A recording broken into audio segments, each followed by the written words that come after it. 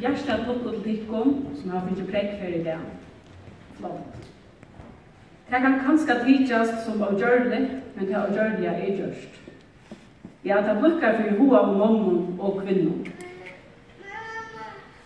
William Heinesen mæta stjøttneskallet under væra, byrjar sina kjente og episke skaldsøg glædar og spelmennene i årene. Lengt ute i kviksilverlysande vegenhaven ligger et ensammalt, lite, løylita land. Hetta everska lutla land er samanbordet ved Storhavet som et samkopp av gulvenom i en versleskap. Men sagt under sjånekko er hetta samkoppene korsne ein heimur við fjöllum, dølum, sundum, fjærum, husum og smáum menneskum. Såleis byrjar en standande søvan om okkara store dreymar, om utedongslen og om dyrvi og evni av røkkasvinn og mal. Marstelle har sagt okkur om ferina, herfra everska lutla samkoppnum, ørliga sveimandi yfir land og hav, og utle blakkast i stjøttuna av kleppande himmelkålen. Søvn om det samme kiksilverlysande havet som butchingarna har fått noe sildo av, og det samme skøynande stjøttnekvål som de landnomsløyne stort på etter. Hetta er djarva folk ved sterskon utvangsle og ikkje ville leta seg groa.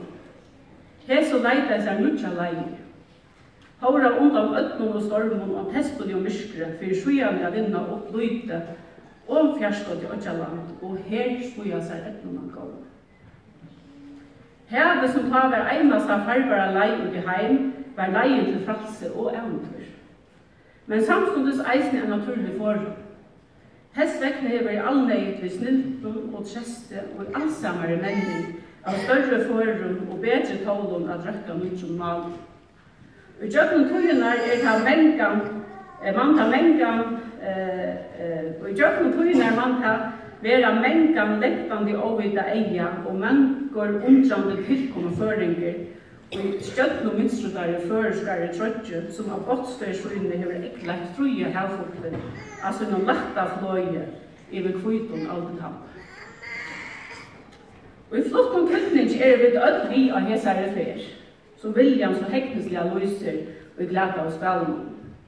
Og i verden kunne vi si at alt okkara loiv er som en langfer. Og tid som er og er i det, vi tykkere ipso nøyvånd utbyggingen som tid har arbeidt så hardt for er å avvise av høyere fer ut i livet og i høyere utbygging og til arbeids. Ta tid valgte samkoppene som tykkere utbygging er sted, valgte til samståndes følger som karm om henda parsten av flere tykkere. De valgte å være her, å være i følgen, utbygge tikkum, teke oppver, nema tikkum vitan og gravida menna hetta land. Og nå nøkker er sjetten er de kommet her til av ferien. Hjertelig at lukke vidt. En som William Heinesen valgte følger som syns njøningsleber, her var tidbakt følger som vidleber. William Heinesen var vidla brått og slå, og njóta vid enn og det godt av dem og frukten, som han i undanfor den ølten såtte så vel. Og for veit, hva spennende og avhverst kommande atali for å njóta av tog som tid og vidt øl, og i det anslåa fire, leggja lungar under og er vidla menna, du ser man menna vid følger.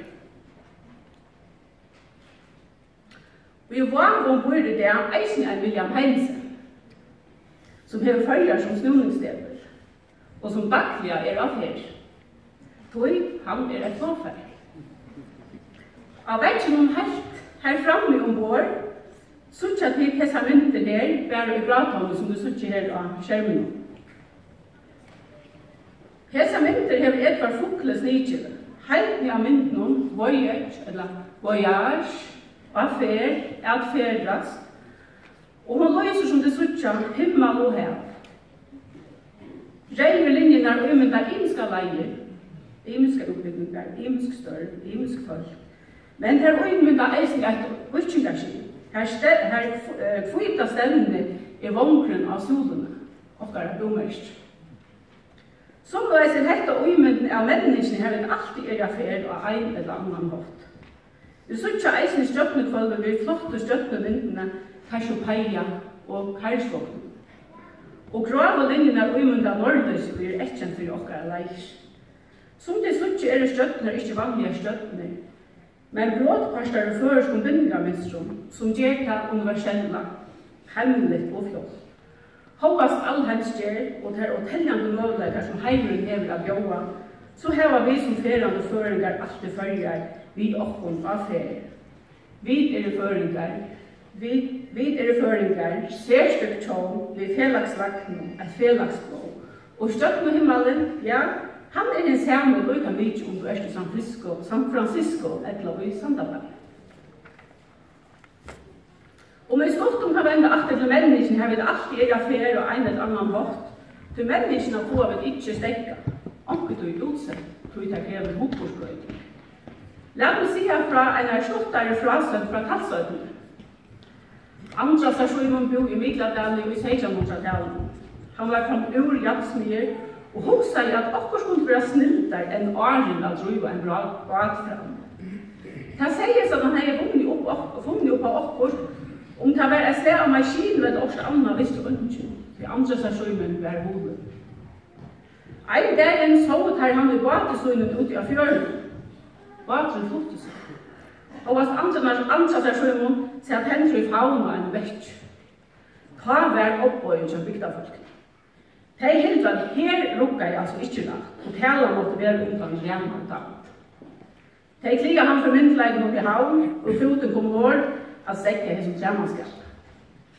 Da i foten norskais var andre stasjoner kvikur at veita tål eller hester motorer fyrir bor.